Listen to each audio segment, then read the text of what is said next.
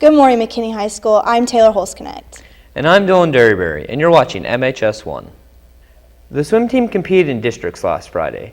Here's Hunter Navati and Kyle Bickle with the story. On Friday, the swim team will be sending 10 members to the regional swim meet in South Lake Carroll.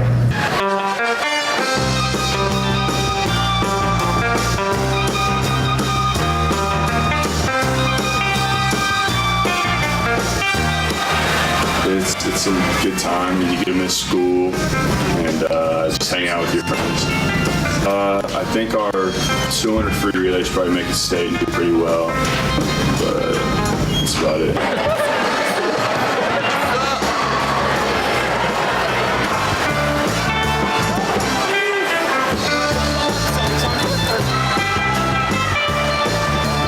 Compression shorts.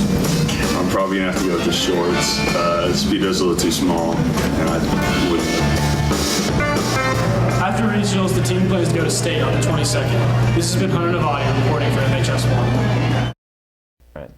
Get ready. Get set. Teach. This is Travis Branch, and this is Ready, Set, Teach.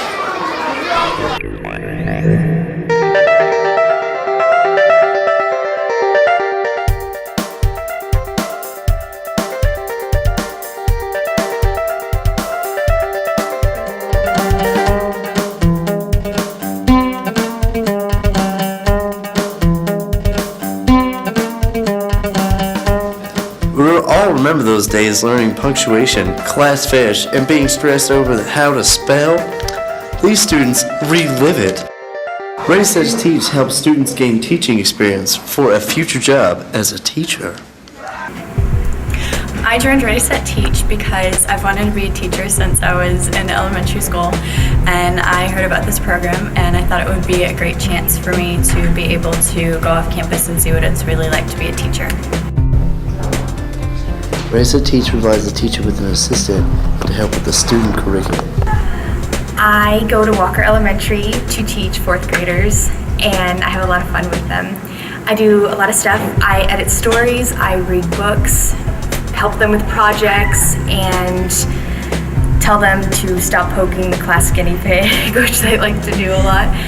These young students make lasting bonds with their student teachers. She's really helpful with everybody.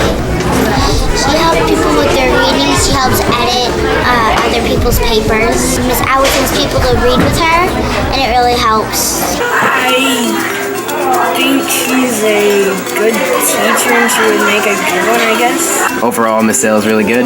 Yes. Good teacher? Mm-hmm. Nice? Yes. This has been Travis Branch for MHS1. Hello? Hello? Hello? It's time for the library story. You may think you know everything there is to know about the library, but we'll take you to the archive room where no student has gone before.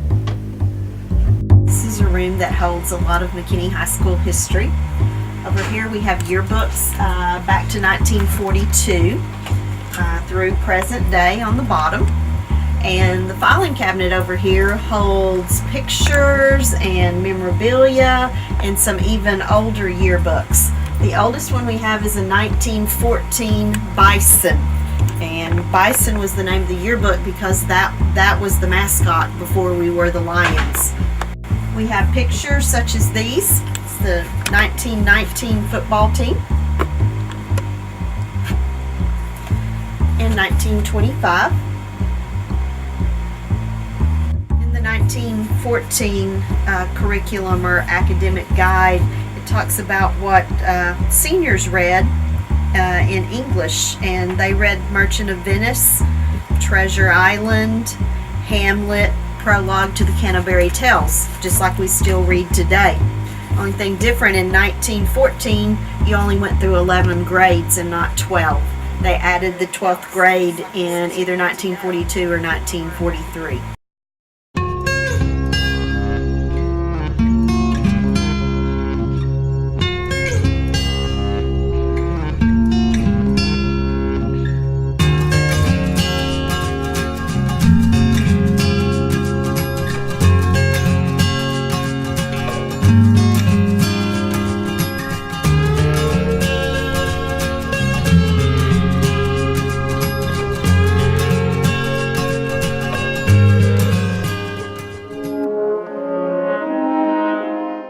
So Dylan, who are you going to vote for?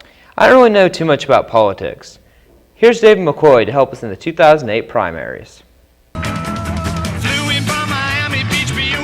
If you aren't taking government and you aren't a political nerd of Wikipedian proportions, chances are you don't know much about the primaries. The U.S. primaries are the electoral contests in which the candidates compete for the delegates of each state to see who gets to run for president in the real election. It's a long-standing tradition in democracy where every state gets a say in who will be nominated, except some states matter a lot more because they get to go first, so the candidates really only campaign there. All Iowans are created equal. However, the majority of states waited like good states and held their primaries on February the 5th, also known as Super Tuesday because of the great deals at Buffalo Wild Wings. Texans don't get to vote until March when the primaries have been all but decided, so if you're too young or apathetic to vote then, better luck in 4 years. But for now, here's a summary of what happened on Tuesday. In the Republican primaries, Senator John War Hero McCain is far out in front, reveling in the bitter tears of his fellow Republicans. But the Democratic races are still far from over. Hillary Clinton and Barack Obama are competing fiercely for the nomination, but we'll just have to wait to see what happens. Really, the most unique thing about this election is that what with the writers' strike, it's the most interesting thing on TV. And the internet has grown so much from the humble campaigns of elections past that every bile-filled cheap shot has been broadcast in all its glory, involving countless young people and YouTube warriors and our nation's political process, heaven save us. Except for boring stuff, like how it actually happens, I've said everything you need to know about the primaries. It's important to know this stuff too, because if you haven't been following the primaries, I honestly don't know what you've been doing, because you certainly haven't been watching new episodes of The Office. Stick shifts and safety belts, bucket seats have all got to go when we're driving in the car.